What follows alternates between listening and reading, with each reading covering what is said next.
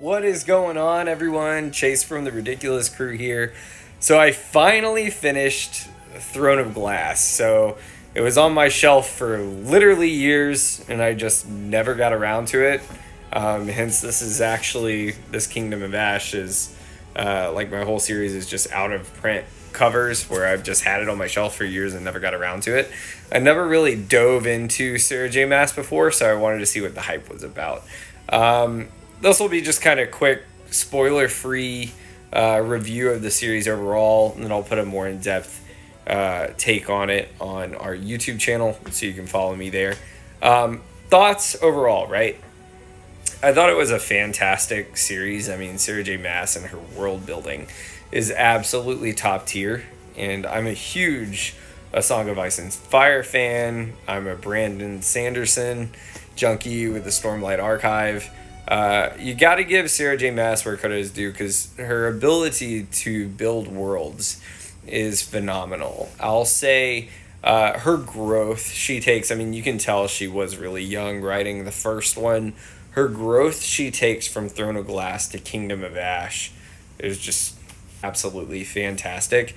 With that being said, I really liked Throne of Glass, the original one too, because it kind of had more of like a Harry Potter element with, you know, some of the creatures that are discovered in there and the tournament that she's in, until, you know, as it goes throughout the entire series to where this entire war breaks out.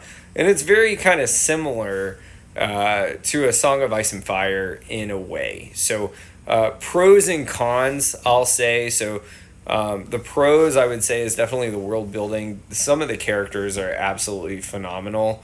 Believe it or not, my favorite character was Manon Blackbeak, and then next was Chaol, and those are two surprising ones. I didn't connect as much with Celaena Sardothien, aka Aelin.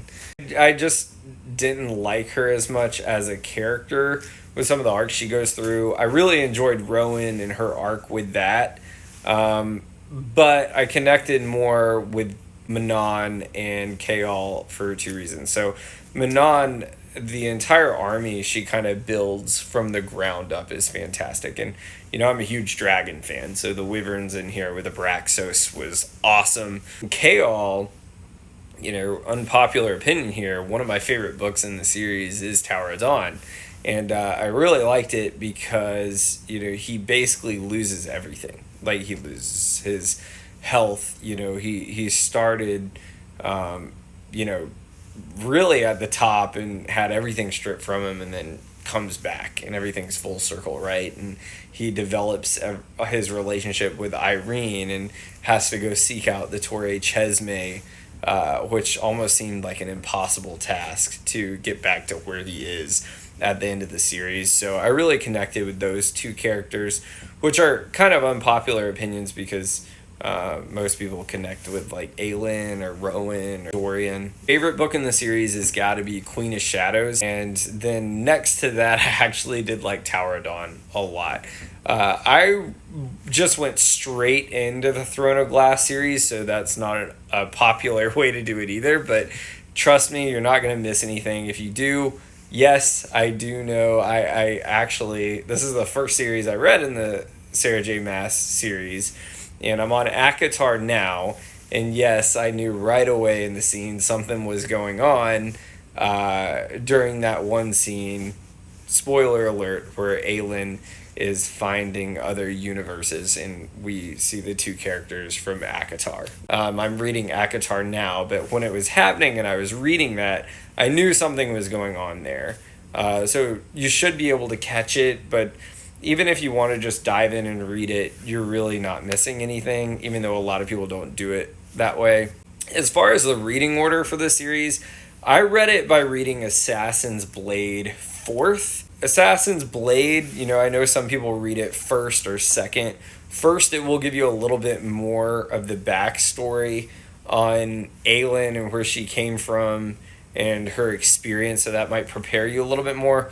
Emotionally, I thought it was better to read it fourth just because it had more of an emotional impact with characters, but that was just kind of the way I decided to do it. Kingdom of Ash, in my opinion, are one of the best battles. Also, Empire of Storms, the battle at the end there, I'm always kind of more of a Empire Strikes Back kind of person. So I like that battle too a lot. Some cons to make this quick. I think I overhyped it in my mind because I'm such of a Song of Ice and Fire fan. Definitely see comparisons to A Song of Ice and Fire and Brandon Sanderson, and definitely a little bit of Harry Potter elements there too. I mean, there's even a part in this series where Aelin is referred to as the princess that was promised. I mean, I don't know if that was just a coincidence, just saying we've seen a rendition of that somewhere else.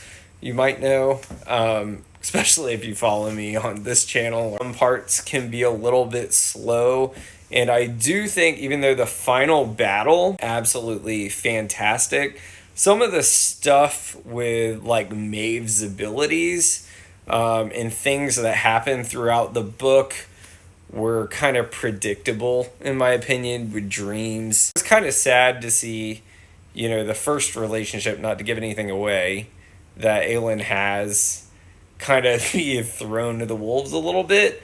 No ACOTAR pun intended.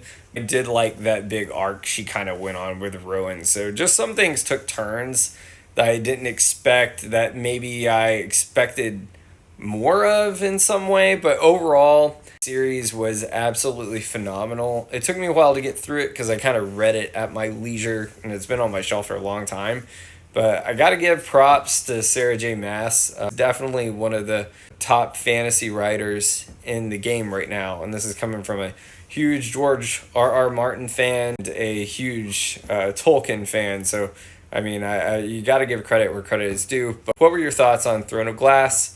Let me know, and let me know your thoughts on the Sarah J Maas universe as a whole.